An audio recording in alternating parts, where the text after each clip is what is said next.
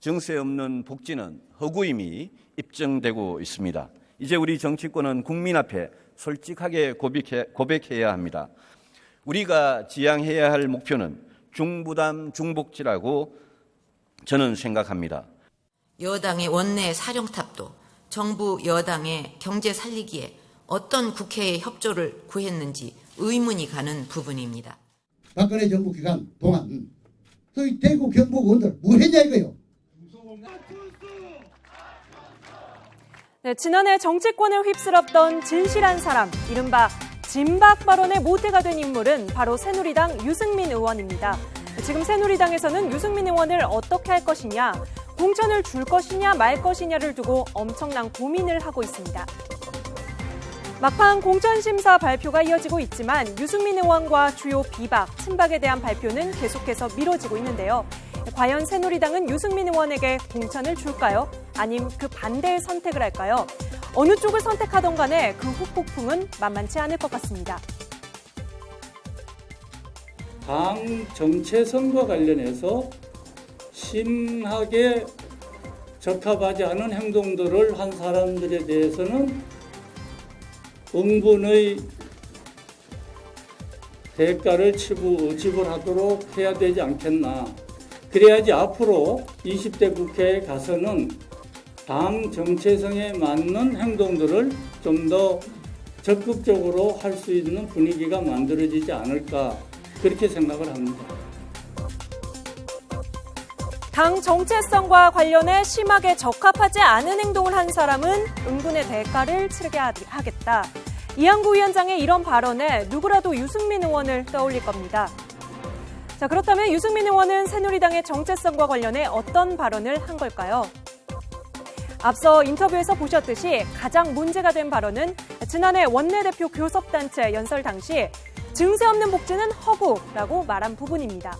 박근혜 대통령은 대선 당시 증세 없는 복지를 공약하기도 했습니다. 이에 여당의 원내대표가 그 공약을 정조준한 것이니 당연히 문제가 될 수밖에 없었는데요.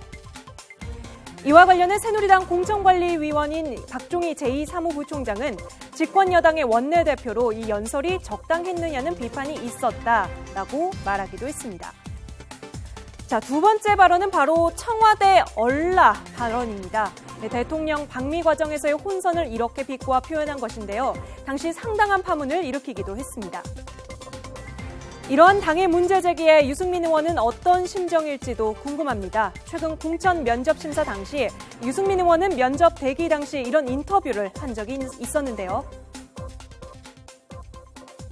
평소 생각대로 잘 설명드렸습니다.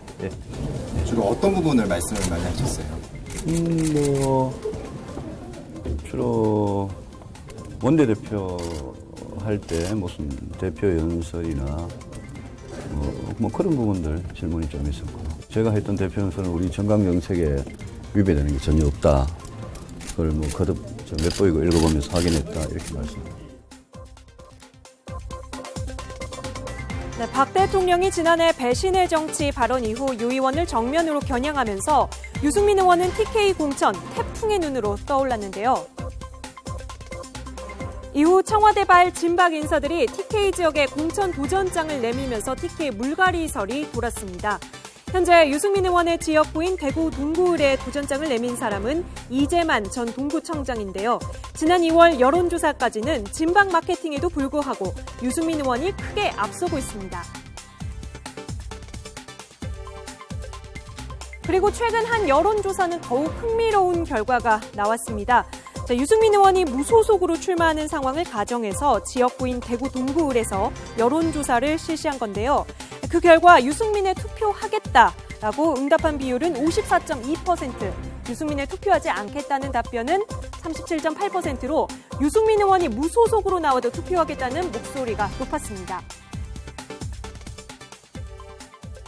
개혁적 보수를 지향하겠다, 이러한 것들이 아무튼 이제 찍어내기에 어떤 이유가 됐지 않았어요, 작년에 원내대표에. 근데 과연 그것이 정체성 위반되는 것인지에 대한 궁금증을 국민들에게 설명해 줘야 됩니다. 네. 또 하나 제가 아까 원칙을 말씀드렸는데, 문대성 의원 같은 경우는 논문 표절 논란이 있었어요. 근데 그분은 공천됐어요. 그럼 과연 그건 품위에 맞는 건지, 그런 여러 가지들이 물론 100% 완벽하게 맞을 수는 없다 하더라도 말이죠. 네. 너무 자의적이다라는 얘기예요, 저런 기준들이. 그러니까 공천을 받는 사람들은 비판하지 않겠으나 공천을 못 받는 사람들은 친박이었다고 하더라도 승복 못하는 거죠. 과연 유승민 의원의 운명은 어떻게 될까요? 공천을 받든 안 받든 이후 유승민 의원의 행보가 새누리당의 양날의 칼날로 돌아올 것은 확실해 보입니다.